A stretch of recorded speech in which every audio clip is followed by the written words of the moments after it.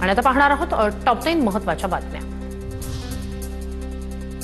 Mumbai Pune missing link आजपासून वाहतुकीसाठी खुला होणार। आज मुख्यमंत्री फडणवीसांच्या हस्ते मिसिंग लिंक प्रकल्पाचे लोकार्पण।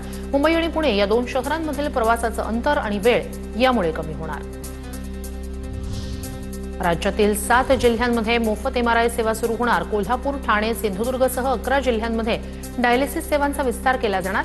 रुग्णांना अत्याधुनिक उपचार सुविधा घराजवळच उपलब्ध होणार। राज्यात आजपासून जनगणना मोहीम 1 ते 15 मे दरम्यान ऑनलाईन माहिती भरण्याची संधी। प्रथम घर गणना केली जाणार। कुटुंबाकडे उपलब्ध भौतिक सुविधांची नोंद 33 प्रश्नांच्या माध्यमातून केली जाणार। दुसऱ्या टप्प्यात लोकसंख्येची गणना होणार। आरटी प्रवेश प्रक्रियेला पुन्हा एकदा मुदतवाढ। आता 8 मे पर्यंत आरटीईचा प्रवेश घेता येणार।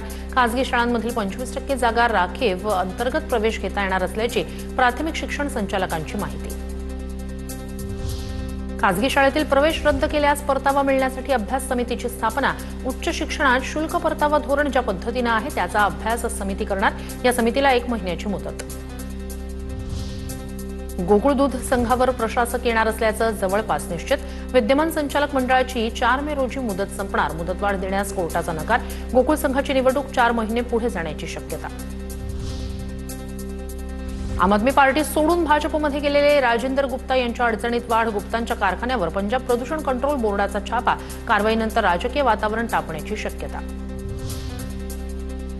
दाऊद इब्राहिमचा खास सहकारी सलीम डोलाला 8 मे पर्यंत एनसीबी कोठडी। दुबई आणि तुर्कीमध्ये बसून भारतात अंमली पदार्थांचा पुरवठा करण्याचं डोलाचं सिंडिकेट। रोहित शेट्टी यांच्या घराबाहेर गोळीबार केल्याप्रकरणी आरोपपत्र दाखल। मुंबई पोलिसांच्या गुन्हे शाखेकडून आरोपपत्र दाखल। मुंबईत दहशत निर्माण करण्यासाठीच रोहित शेट्टींच्या घराबाहेर गोळीबार। मुंबई पोलिसांचा निष्कर्ष।